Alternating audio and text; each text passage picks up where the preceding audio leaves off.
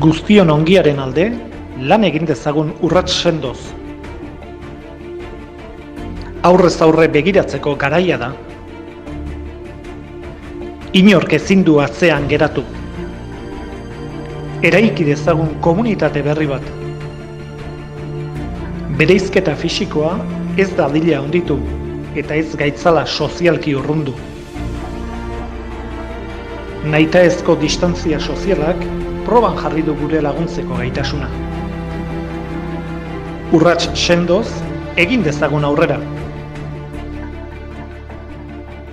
Krisi honetatik ezin dugu bakoitzak gure kabuz irten.